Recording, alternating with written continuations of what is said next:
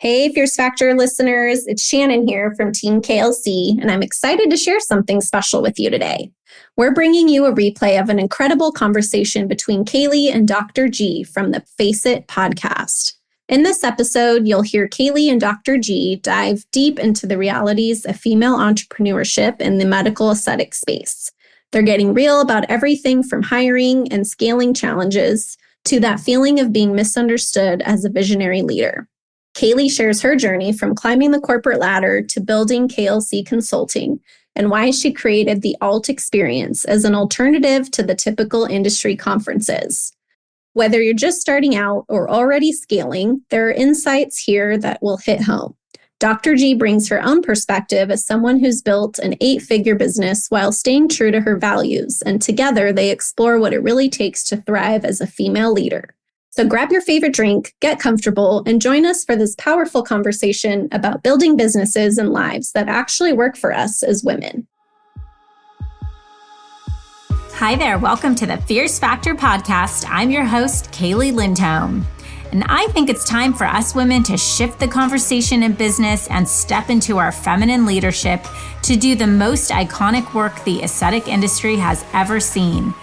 Each week, I'll be bringing a powerful dose of strategy, sarcasm, solutions, and sass that will rev up your creativity and ignite your brilliance as you link arms with me along our shared path of personal and professional growth in 20 minutes or less. Let's go. Hi, everyone. Welcome back to FACEit with Dr. G. I'm Dr. G, and I have the extreme pleasure and honor of having Kaylee Lindholm on the podcast today. We are so excited to have her to hear all about how she grew her own company, how she got into the medical aesthetic space, and giving you tips and pearls about what she hears from her clients, what she sees in the aesthetic space. How do you start a business, grow a business, scale a business? It's going to be so great. So welcome. Thanks, Dr. G. I'm excited to be here. Tell us a little bit about you and your background. Yeah, sure. About me, first and foremost, I'm a mom of 2 teenage boys. So that'll tell you a lot about me right there. I'm a Southern California native, a former collegiate soccer player, so an athlete at heart and mind, and an entrepreneurial spirit. And I am the founder of KLC Consulting, and our flagship program is the Pop Leadership Academy. And we are on a mission to help 1,000 inspiring and intentional women cross the next $1 million milestone in their business this year. And I guess that's why I'm here with you today. It's so good. You also have a podcast. Tell everyone about that too. Yeah. So my podcast is called the Fierce Factor podcast. I started it almost 5 years ago.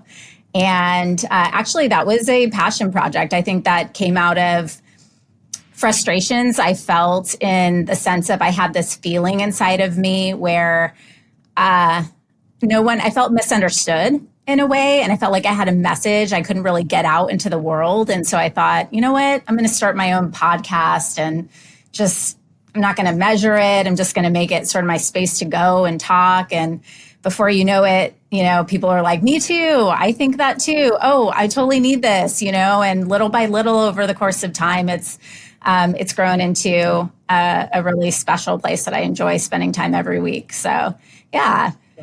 And so did you start with yourself and then transition into having guests like your clients and other individuals? Or yeah, as far as the podcast strategy, that was something a mentor of mine recommended to me early on. I'm so grateful for, which was, if you have the message, then you be the vessel for that, And so I do primarily solo episodes. Much of the content that I create to deliver on the podcast is based on real life, real time, in the moment coaching with clients. And obviously, certainly my sort of strategic insights and my personal perspective building a business in whatever time we're in, which is always an up or down or sideways, a loop-de-loop. And so I kind of get it, right? And it's like, hey, here's what I'm thinking and feeling, and maybe you are too, and here's how I'm navigating this right now. So yeah, and then I'll bring clients on and, inspiring people who I think have a really valuable message to share, but maybe don't have their own platform or don't get also don't get to be heard as much. And I think that there's so much power in that. And the women who just like have their head down, grinding their business, and they're just so focused doing that, they're sometimes the most special people to learn from. I want to expand on that right away. Yeah. Because in our field, it's very unusual, and unusual in the sense that the people that we hear from all the time, these KOLs, are also assumed to have really great businesses. And when you start learning more about their intentions, their business, what they're doing, building their own personal brand on stage, they're actually away from their companies. Yeah. They're probably not really building a good business. And the people that are, you don't hear from. So I love that. Tell me more about that. And how did these people that have these companies that are scaling, they reached out to you for help, and what did you learn from them? Yeah, absolutely. I think just kind of peeling back high level to the bigger sort of question about KOLs and about women building businesses. I mean, if you think about where we are in our industry, right, which is sort of this like baby, rapidly growing space. And I've been here for, I think, almost 16 years. I started in skincare sales and then device sales and worked my way up the corporate ladder into management before I started my company. And I was on that side. I was on the corporate side. I was industry. And I was paying people to stand on stage and talk about our products. And I remember planting, physicians into the audience to just be like, act like they weren't getting paid, but they were. And, the KOL discounts on devices and all the things. And, it's not to say that if you're a corporation and you're trying to build and run a company, that's not necessarily a great strategy for you. It certainly was, and it worked for me. But what became frustrating for me is as I started to evolve, eventually got to the point where I did start my own business. I went and worked in partnership as a managing director with a plastic surgeon. And I built a practice with him, and I was sort of on the other side of the table, and these reps would come in and talk to me, and I'm like, I already know your game. It's okay. They hated having lunch with me. Let me tell you. And then when, I launched and scaled my company, I was that person that these companies would call and say, oh, we'll throw you into the deal. Or, it was almost like my value was being minimized. And I started standing on stages and being told, oh, okay, well, we like that, but it needs to be a top 10 list. Or actually don't talk about, mindset shifts entrepreneurs need to make. No one likes that. They want to, how do you, specifically, what's the tactic of the best compensation plan, And I'm like, actually, there isn't one best anything. And the experiences that I was having as an entrepreneur building my company, there was somebody that was, I don't even know, it was industry, like the power at B, who were running these organizations or these conferences, and was like, we're going to tell you what to say. And then eventually got to the point where they were asking me to pay them to stand up on stage and talk. And I was like, wait, I'm a paid speaker. That's not going to work for me. I just think as somebody who would go to these conferences and listen, you're so craving, you're a sponge for knowledge, you're a sponge for like, who do I listen to? Where do I go? And when you see somebody speak about something on stage, you just naively kind of fall into, oh, that must be what made them successful. And most of them it's a pay to play game, and it's sort of, in my opinion, what has homogenized our industry in many ways. And so it's really frustrating for me on this side. And to answer the second part of your question, why women come to work with me, I think it's because they feel those same frustrations, and they have a resource in somebody that they know they can trust to help them build the business and a life of success that they desire, not what some industry or somebody says, this is how your practice should look. I think that innovation actually happens with blinders on. It's by creating new categories. It's by thinking about things that don't actually exist, So it's the best part, and it's so exciting. And I think, you have to have a brain that's wired a certain way to think unreasonably and to be a visionary and have these ideas and questions, and then have your team look at you and say, why would you do that? And I'm like, because it sounds good. Yeah, but to do that, it's like we can talk about that, but the reality is, I think most new businesses, existing businesses, like it doesn't matter, even industry specific, like we fall into this comparison trap because we see what other people are doing and we think, oh, that made them successful. I want to do it, and we have even in the cases of some of the women I work with who have 8 and 9 figure models and, multiple locations or even one really successful location and 30 employees. And then they're have an academy and they're training up someone will go and shadow them and then implement every single tactic. Like, I'm going to change my EMR. I'm going to hire an MA for every provider. I'm going to, their business is not built to sustain that. They're going into shadow and model all of the step by step. But what they really need to be asking is like, how did that person think that made them successful, that allowed them to create this ecosystem that they have built? And so I think there's just not enough support around like, you can do it your own way, follow women and be inspired by women who did it their way, and then build your own, Yeah. And you have to give them credit, right? They're go-getters. They want to do it the exact same way. This model works, fine. But that model works only so long and for so much. And I would always say at the very beginning of GFaceMD, everyone was like, geez, these people are copying you and these people are copying you and these people. And I'm like, first of all, as everyone says, it's a compliment. Great. I'm a trendsetter. Yeah. But also, by the time they copy me, I'm already on to 3, 4, 5, 6 things beyond them. So I don't, you don't want to get stuck in the weeds. And you always have to innovate and always think of the next step. Yeah. Well, and I think that no one skips the line. Mm-hmm. Because like how all the blood, sweat, and tears that you put into building what you've created, no one gets to not do that, right? You can learn some best practices, but ultimately you have to be willing. I think of entrepreneurship as like the journey of like a million identity shifts, because you have to there's death of like who you used to be to, go through the, I don't know, it's just the torture of doom of like, you have to go through the hard to get the good. And, the people that try to skip and not, you end up unfortunately stagnant. Right. I just posted something on my Instagram and it was something about every new phase requires a different you, and every new phase of growth requires a different you. Did you post that? I don't know, probably. I don't know. It was so good because, people say, oh, people never change and all this nonsense. I am a completely different person, personally and professionally, than I was when I opened GFaceMD. And why would you want to skip steps? For me, it's all about the journey. The end, I don't care about the end. I mean, I do. I want the company to grow and build. I want to create incredible people and all of that. But you have to enjoy the journey and learning along the way. And I was having a conversation last night with a friend who said something along the lines of, I just can't believe how wonderful of a businesswoman you are, having gone to medical school. And I was like, well, I genuinely love it. And I'm constantly listening to business books.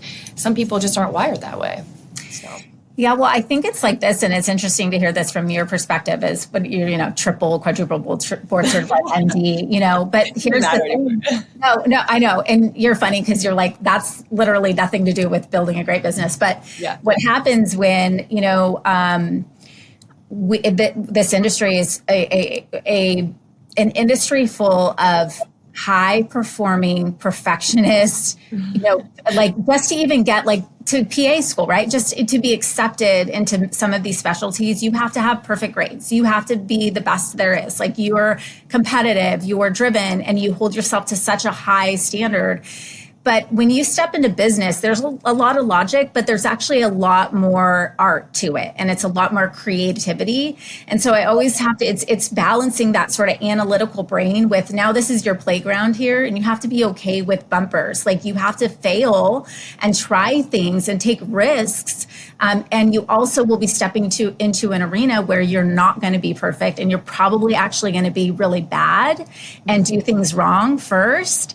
And I think that kills a lot of people's egos, and then they boomerang back into, I don't know that, and become this I'll just stick here and learn more clinical skills and never really embrace what you have, which is really diving head into becoming loving the business, let's say, right? Because I don't think there's like a great or not great. Everyone who like is a great business leader, if you allow yourself to enjoy that space and allow yourself to go through the struggle of trying something and maybe not being great at it and then learning from it, right? Yeah. And it's so funny you say that, because sometimes I think, do I love the business or do I love the people? And the people are the company. And I'm here because of them. And, and all these memories pop up on your phone. And I look back to my team even 2 years ago, and I loved them also. And some of them didn't do great things to me, and I still just poured everything into my team at every step of the journey, because they want to be here for a reason. And if they didn't want to be here, then I was like, just go on then. I want people who want to be here, that love it, that eat, breathe, sleep, GFACE MD. But it truly is the people that make up the company. And that's why I love it. I don't love all the decisions. I mean, I use the word decision-making fatigue all the time. I'm just like, I can't make another decision today. I just can't do it. But it's getting less and less as you delegate more and more to bigger decisions less frequently. And the day-to-day just runs itself. And, it's how do you get there? And I know that's what you help so many with. Yeah. And it's that, again, like, I think we're used to, like, think about what made you successful in the beginning. You were very much in control of your destiny in the sense of, okay, I know if I study, I get this grade, here's where I go next. Or I know if I like put this effort in here, this will happen, right? And you get to this inflection point when you're building a business where that way it doesn't work. You can't build it by like grinding more. There's not enough hours in the day, and you need to have other people. But then you have to learn a new skill, which is letting go of control and allowing people to essentially creating a place where they can safely fail. And maybe they're not going to do it just like you, right? And I think when early on, when you're building your team, and I wonder if like you had this experience too, you're just so hungry to have people that like want to be a part of it and to help you. You're like, I'm exhausted, like someone help me. And you kind of just like whoever will take it, go come like friends, family, and patients that want part-time work. It's like totally, you're like, yes, and on the cheap and all the things, and then you're like micromanaging them, and then you create more work for yourself, and you get to this point where you ultimately that model burns out. It doesn't work, and then you have this PTSD over people, and it's such a mind game. You have to get through all of that. You have to try it, until you get to the point where you're saying like, hey, you eat, sleep, breathe this. That's it. Like that's where I try to take women, help them get to that level of insourcing that kind of confidence and wisdom, like around, you have to set boundaries around your standards and what your expectations are, and not allow somebody to collapse that. And that may mean you're very lonely for a while, and that may mean a lot more no's than yeses. And I think that part is really hard because we're social creatures, and entrepreneurship is very lonely. Mm-hmm. It's very lonely. Yeah. I love what you said, because I think a lot of people are thinking, well, how do you find good people? And that is such a complicated question. The answer is very complicated. And I think there's two ways to find really good people. It's hiring people better than you, but if you don't have the resources, those have experience that, have been working in the field for a long time, they're expensive. So maybe you can't afford people like that. And finding people that are driven, that I just have always had a gut about people, that they're driven, they get things done yesterday, they have ideas, they're visionaries, but it's a struggle. And you learn the most from the people that aren't with your company anymore, that you've actually had to get rid of, what you did wrong, what you're missing, and getting rid of weak links or just facilitating their removal if it's not the right fit is the best thing you can do. But it's so much better to be alone and to be exhausted and all of that than to have bad help that's pulling you down. Yeah. Well, I think what's important about what you just said is if you heard yourself, like I think most people say good people, where are all the good people? Where do I find them? Is the question they're asking. And it's like, well, did you go to Indeed or LinkedIn or use a recruiter? And what they haven't done is define good. for them, right? And so you're saying, I need someone that's driven and passionate and energetic and all of these things. You can call that out. And so you know what you're looking for in a candidate. And I think most more novice business builders who haven't been through the exit process with people to be able to really clearly define all of that. They focus so much on the skills, right? They're like, okay, they need this qualification and this and that, and be able to do this and that, and so the certification. Totally. And so then what you end up with is people that, sure, they have the skill, but there's a mismatch in value alignment, or they don't support you in the way that you need, and they're not good people. They have a good resume, but they're not your good people. And so the key has to be doing your due diligence to define what that means for you, which is going to be totally unique. And go with your gut. I'll give an interesting example of someone who was with my company for about 4 years. And I saw this trend, as the company changed, some people don't adapt to the changes, and that's okay. It's totally fine. GFACE-MD 1.0 is not the same as 8.0.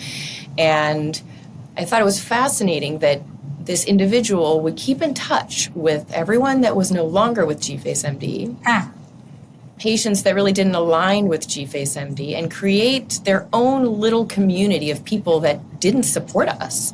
And it was always deep down in my gut and in my mind, and I'm like, why?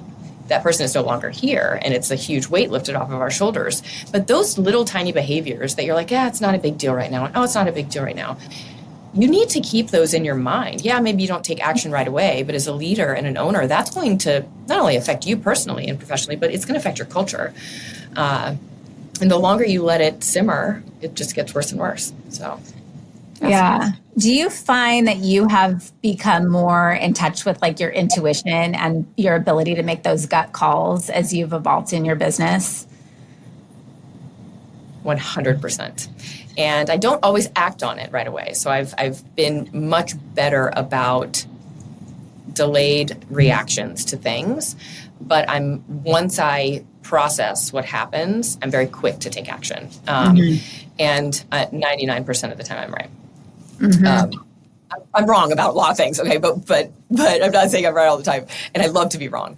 But with things, even just first impressions, and if it's about a decision of do we hire this person or do we not, and I have any inkling that there's something off, I'm just like, no, there's no reason to do that if I have any weird feeling.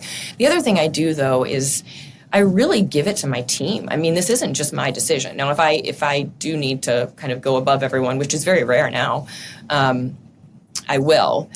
But I always ask them, what do they think? And when people come in to interview, I'll have them sit down with the team and say, how is it to work with her? What is it really like behind the scenes? And I don't ask them what they said. I mean, I want them to know the day-to-day, what it's like here. It's not all about Instagram, even though we're very transparent on Instagram.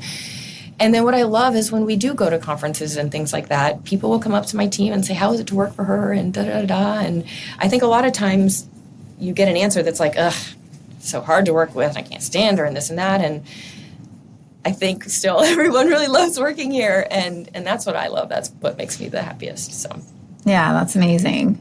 Yeah. I want to go back to what you said at the very beginning.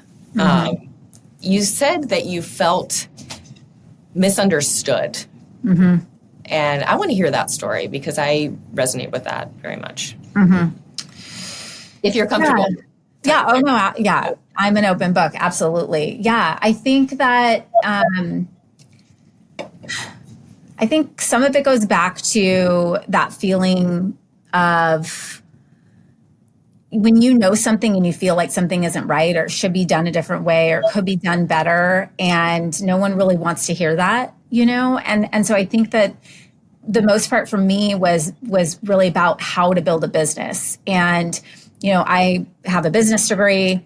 I know enough about business. I'm obviously not an expert, but our grandmothers as women, our grandmas didn't even work, let alone run multi-million-dollar empires. And the dynamic, what we are experiencing as female entrepreneurs, the dynamic has shifted so much and is continuing to shift in terms of like domestic roles and, yet who we are as women hasn't changed. And so here I was, super ambitious, climbing the corporate ladder, eventually starting my own company, but my like desire and passion to be a great mom and to have, the domestic life, like to have other things in my life and friendships and girl times and all of that did not go away. And I'm starting to watch women I work with, like just one after one, just crash and burn, crash and burn, crash and burn. And I'm like, there has to be something out. There's a better way to teach business growth. And there's a better way for women that I think we can have it all. I think that the expectation that we have to be everything to all people is wrong. And so, a lot of my frustration was just that I'm watching women more of in our industry that are like, taking copious notes from people on stage. And I tell this sort of story about like this woman who called me after I was sitting at a conference and I watched her being interviewed by someone talking about this, her $8 million business, and people are just pounding notes. And then she calls me the next week and is like, I'm literally going to die. Like, I hate my life. Like my team is falling apart. I'm actually not taking much home, and I thought, how is that okay for us to glamorize and to put people on pedestals and on these stages to teach other people about how to build great businesses when they don't really, they're not. And it was less about like on anybody's fault. It was more about why can't we be more transparent about actually what it is and what it's like and support each other through, this sucks. We're going to fail here. I did fail. I'm doing this wrong. How do I, and why couldn't she stand on stage and be able to say that and to normalize the fact that we're all actual human beings and we're all trying to figure out and go on this journey. And so for me, that was where I'm like, there has to be somebody that leads this charge and supports and is the voice of and an example for women of what is possible, authentically possible. And that what is the way we need to build. And that was when I created the first business model, which really shifted and appended what I learned about building a business in college. And it was about what I learned how to navigate the real complexities of entrepreneurship as a mom and wife and, friend, sister, daughter, all of the things. And to lean into like what you were talking about, Gretchen, which was, my instincts and my intuition and my gut and like some of the magical gifts that we have as women to, I believe, be the most badass business owners in existence. Yeah. And so it's a holistic approach. And, I've had a lot of resistance, like particularly, there's a lot of coattails I didn't ride to get, to build my business. And I had to not jump on, what is the instant gratification or the fast path. It's been slow and steady growth, but it's been in integrity of what I value and I believe other people value as well. Yeah, and that's the most important thing.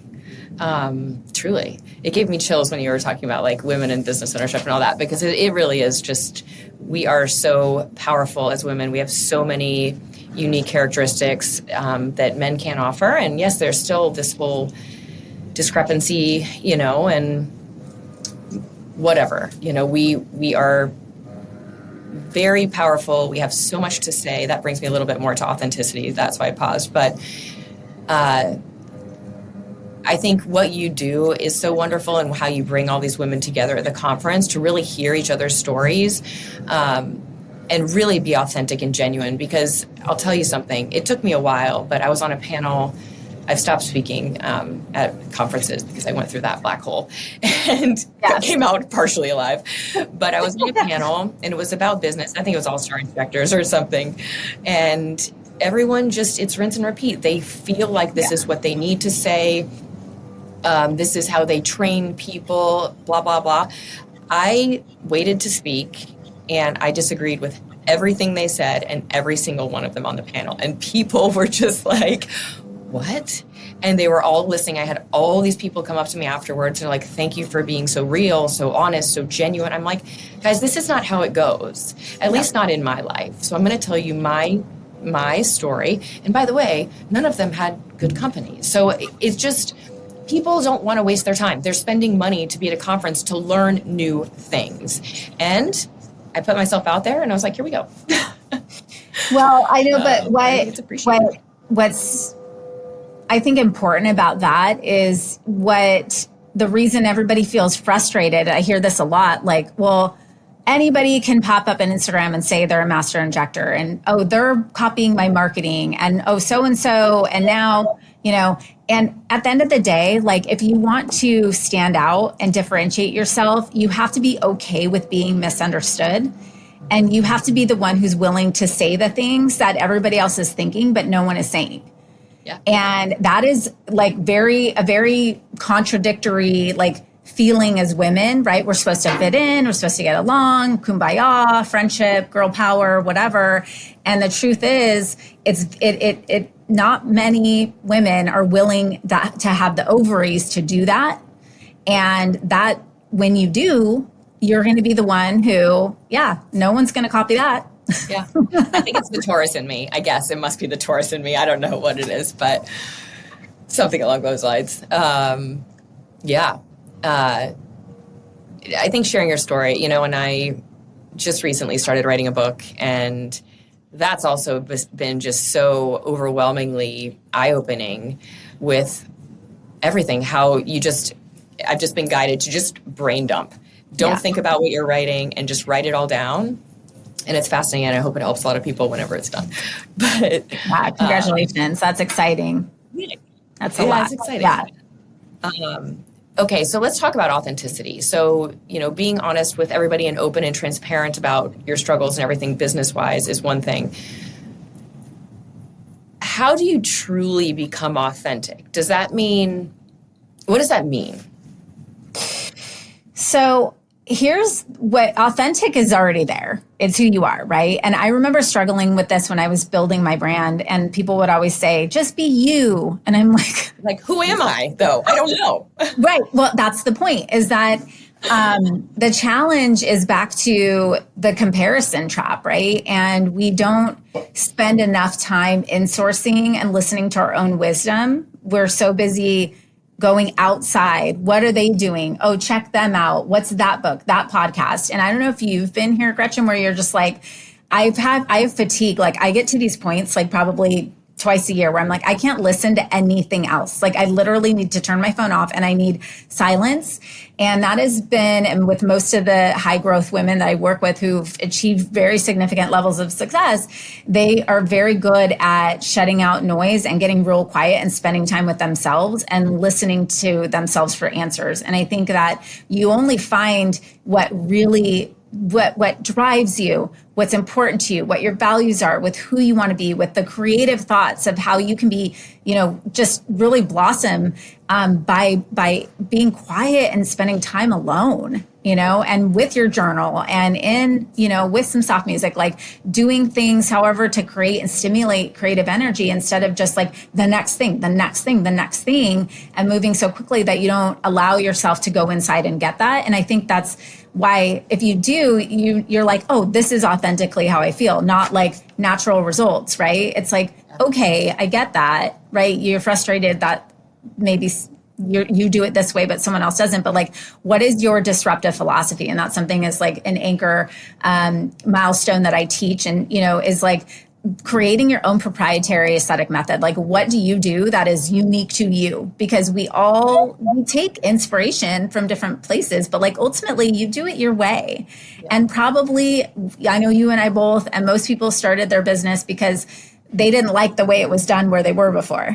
And they saw an opportunity to do it differently. And then they forget who that person was that had the guts to go and do it their way, because they start to get, buried in the AmSpa booths, or whatever. And it's like, no, just go back to like you just need you and your brain, and you will figure it out, right? Build the right team, step by step, and you will be successful. Yeah, absolutely. And I love that phrase, disruptive philosophy. I'm stealing that one. I love it.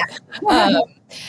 But I think it's very interesting. I am one who didn't know how to be alone and didn't know. I mean, I knew who I was, but it was all based on awards and accolades and degrees and all of that. And being a dermatopathologist, I'm truly the only one in the space that's pathology trained in aesthetics. I think worldwide. I don't even know. But there's people in pathology don't typically transition to aesthetics. Dermatopathology, very rare. And there were a couple that tried to follow me afterwards, and they were like, yeah, this isn't for me. But because I was so weird, I tried to hide it from everyone. And hiding it from everyone was my biggest mistake. But I finally came to, and I realized, wow, I have a lot of very unique ways of thinking and ways of explaining, and I understand things totally differently. And then it was like, wow, okay, this is wonderful. But I never knew how to sit still. And at the beginning of GFACE, it was 3 a.m. nights every single night. I couldn't do it fast enough. It was the time it takes for me to tell you to do this, I could have already done it. I mean, that was how I thought. It's just like unreal. But I look back and I say, okay, I had to learn how to do it all. So, one day maybe if I am alone and everyone just leaves me, I do know how to do it, which is great. But what that caused was a massive burnout after my 3rd baby. And this was in 2021. And I had such severe burnout that I couldn't do anything. I couldn't get out of bed. I couldn't do anything. And my director of ops, she didn't have that title yet, but she was remote. She was still in college, and she's just beyond incredible. Was doing payroll from Barcelona, studying abroad. We were implementing this whole new system for payroll called Rippling, which is like onboarding and all this. My burnout required me to delegate. So it's not even that I said, okay, I need to delegate. I physically was impaired. So I just think that's fascinating how that had to happen to me. And it's okay, I guess, but I didn't consciously say, okay, Gretchen, now you have to delegate. Yeah. Because taking the idea of, for you, just to touch on that being misunderstood, and I imagine you're misunderstood to this day very often, and you just have to be okay with that, right? Yeah. And I think that was such a really powerful message that you said, which was I hid it. I was embarrassed by it.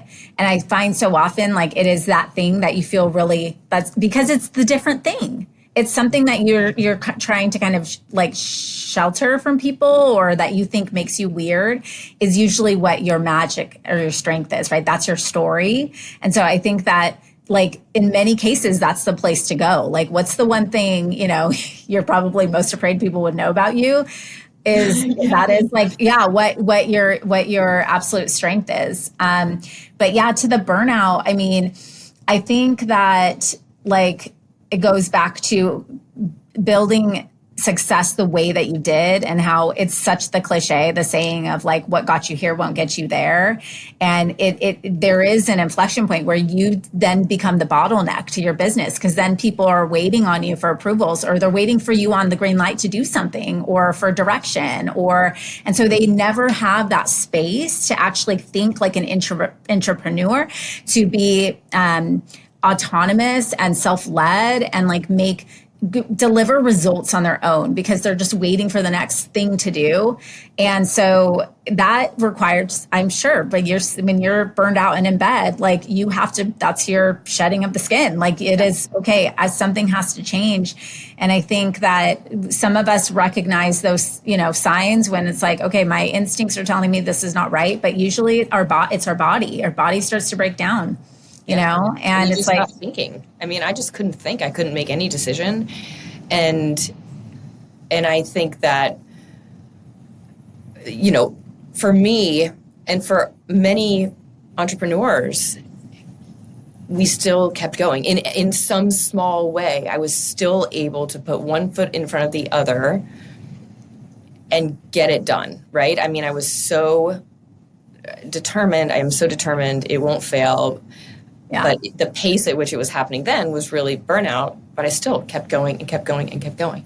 And that's the grit that we have that others don't, not that they don't have it, but people don't see that side of it. They don't see the toll it takes and the grit it really takes. No, I talk about, this was this infamous like Zoom call I had in one of our programs. And I was like, well, I just had my cry day yesterday. And people are looking at me like, what? I was like, if you know, you know. It's like, it's okay. It's like the monthly cry, And so it's like, it's okay. That's just part of it. And it's like, you will wake up and want to throw it all away. Like you will have that day, but you have to prepare. And that's where I think like coaching helps too is, I'm like on the edge right here. And it's like, I know, but remember what's on the other side of it, And I also think like as women, I think it's like built into our DNA, but like when our back is against the wall and we have no options, we become really resourceful and we become really creative, And so sometimes it does take that like,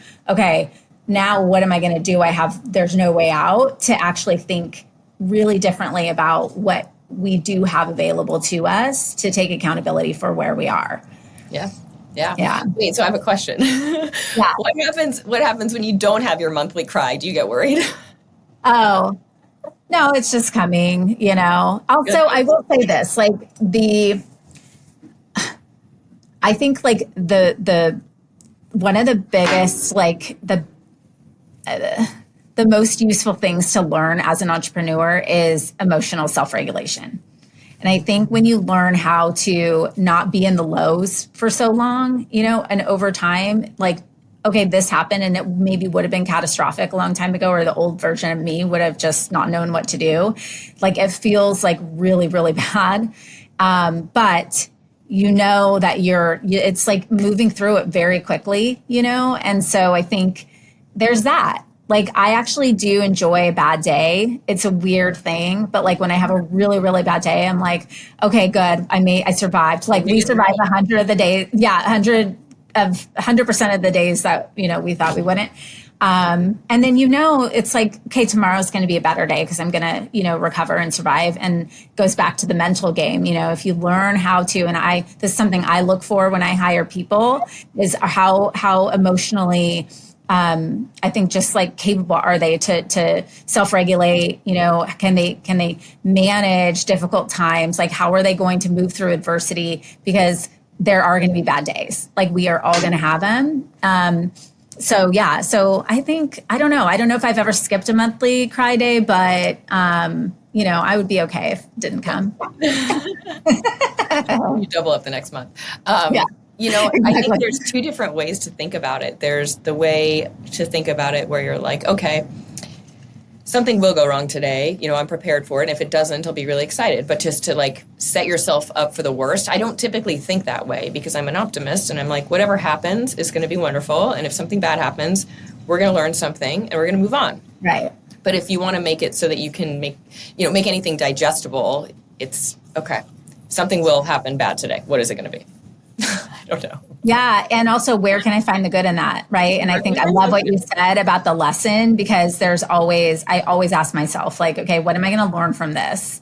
And so I think it's such a gift to be able to think about that. I think it's the cliche of like, you have to fail and fail and fail. And failure is so insidious and it's so hidden and it's so sometimes just inside of you. And like the thoughts that you have about your unworthiness or your capability or your frustration of how you handled a situation. And there's so much work you're doing that no one sees to become a better leader, to become better in all of the different areas of your life that, if you don't have that programmed in your mind that like, there is something I can take out of it and I have some control over how I respond to this, then I don't know how you could own a business. I really just don't. Totally. And as long as you're making the right decision, regardless of what happens, you can't control other people and how they react, what they say about you. I mean, I also posted something about the quieter you are, the more you hear. And you just, as long as you're doing things you think are ethical, you treat people the right way, even if it's hard to deliver information that may not be what they want to hear, you're sticking by your business and your people, you're supporting all of the systems you put into place, and you're treating people with respect, that's all you can do. but the reactions that you get can be hard, and also lowering your expectations of others, because just because I treat someone a certain way and have brought them into my culture and my company doesn't mean that if they ever were to leave or when they do leave, they're going to treat me the same way.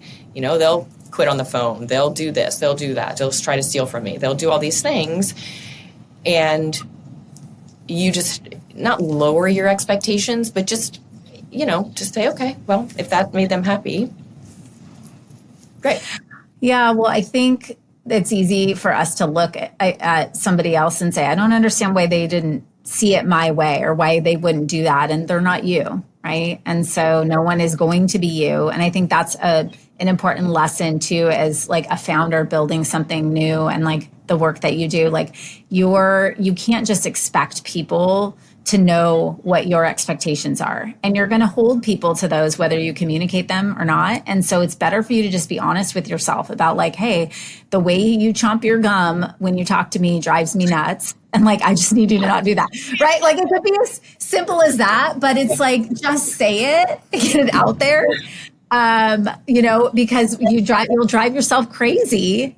Like just the stuff in your mind, trying to wonder why somebody didn't do it the way you did it, and just tell them, like, just come out with it. Yeah. Yeah. And also having insight into your own behaviors. As a leader, I want others to know that I understand how I'm coming across in a certain moment. So if I'm feeling particularly manic one day, or if I'm feeling particularly tired, I'll just be like, you have to give me a minute today, I'm struggling. Or guys, just take a deep breath with me today, I'm manic. It's going to come out really fast. And we'll regroup, just so they know that you're aware of your behaviors.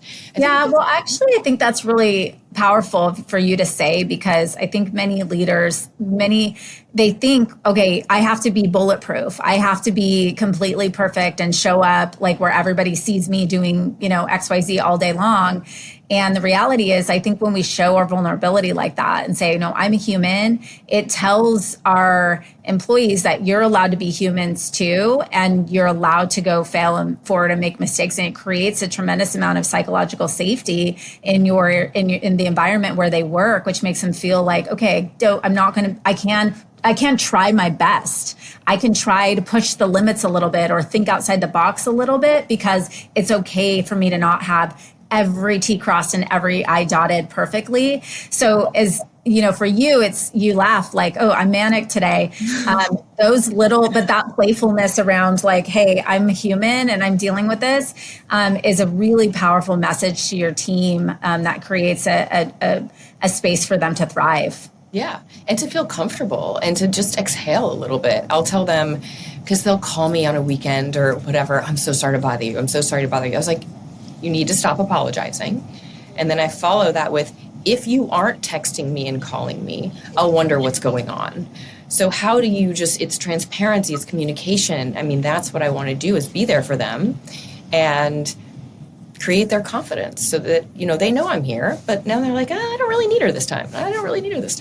So it gets better and better. But I agree with you. I think there's many different cultures where teams aren't empowered. The leader or, the business owner tries to take patients from the other injectors. I mean, I don't understand any of that. It doesn't make sense to me. Why would you do that? That's a whole other podcast. Well, that goes back. That's a mindset. That goes back to, entrepreneurship being the biggest mirror, and the primary journey of like how you evolve as a human. Your business becomes the vessel for you to just like evolve truly. And I think that's where those limitations for you, like if you can't trust people, if you can't let go of your ego that, oh, they want me and only me, and look at what I built and this is mine, you're not going to build a company. You're going to be probably not very highly paid employee of your company. Exactly. I mean, and maybe you have helpers or something, but you're not going to be able to really grow and make impact because you self-limit and self-sabotage, at that point. Yeah. We have a couple minutes left. So I want you to talk about your conference. I want you to tell everybody, and I want to hear about it again. Yeah, sure. So the Alt Experience, we're going to be going into our third year. I built, ALT stands for, it's backwards for Thought Leadership Advisory. And my thought was, it was really taking this whole idea of KOLs and flipping that on its head. Like, how do we create something alternative. So it's an incubator for alternative thinkers, people that want to think provocatively, that want to have those conversations that no one's having. And it's really built around discussion leaders who lead conversation about how they epically failed and overcame that failure. And so every speaker, panelist on stage, I personally have worked with, know that they're legit and have a real story and have something really impactful to share based on not what they heard or what they think they should say, but based on what they've actually gone through and done. And they talk about the things like that. Jessica Christie, you've had on your podcast, right, is an example of one. The first year she talked about having 2 employees that sort of huddled up and decided they were going to start a business down the street, and they left. They took all of her IP. They took all of the things that they had, all the training, all of the patient, everything, and just started a business. And so she's like, yeah, here's how it was going through that. And then here's how I rebuilt, and I think those are such powerful stories rather than here's the best, blah, blah, blah, blah, blah. There's no sponsorship. It is not really, it's for us to be able to speak completely unhinged, I guess you could say, and very openly about what it's like growing a business as a female leader. And it's pretty transformative. So I'm really proud of it. It's small, 50 people in a room. That's perfect size, though. It really is. And it's not something I intend to, grow beyond that. Like that, I think there's enough in this industry that has a good intention and then greed, slips in the door.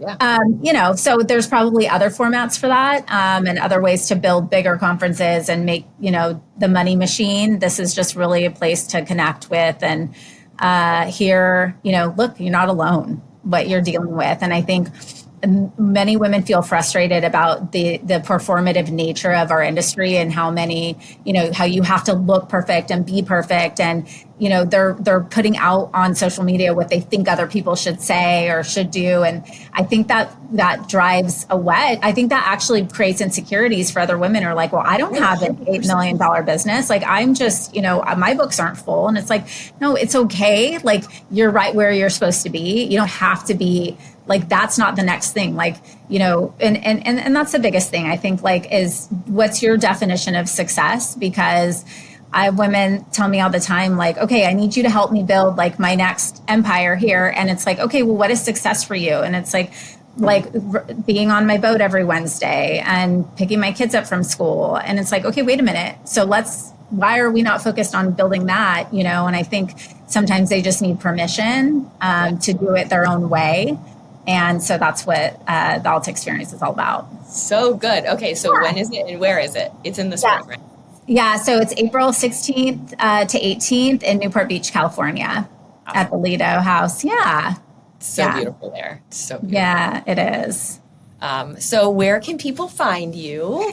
So we talked about the Fierce Factor podcast. That would be the best place to go. And I'm on Instagram at Kaeli, Kaeli.Lindholm, and kind of hang out on social there. And then you'll kind of follow our path from there in terms of, your interests. And, if you're somebody who is interested in coaching or joining a community of women, we have all the resources there. So, Well, this has been so great. Thank you so much for being on this with me. I loved it. My pleasure. Thanks, Dr. G. Yeah, so good. And for all of you guys watching, like, subscribe, share, and we'll see you again next time. Listen, leader, if you're vibing with me here, hang tight because I have a brand new resource for you. You are a successful, confident, powerful woman who just isn't into being average. No, you have a calling. And part of that calling is requiring you to level up. And I know that if you're working to cross the next $1 million milestone in your business, you need to be in the right circles. And perhaps that's why you found us. I'd love to invite you to join The Blueprint, a weekly resource for inspired, provocative thinkers who are taking this conversation to the next level. Get access to free business tools, podcast supplements, guideposts, and direct communication with me and my expert team. And of course, a masterfully curated circle of women making big moves and disrupting the status quo in aesthetics and wellness. You can link directly through the show notes or head to klcconsultants.com/blueprint. It's time to elevate. See you there, goddess.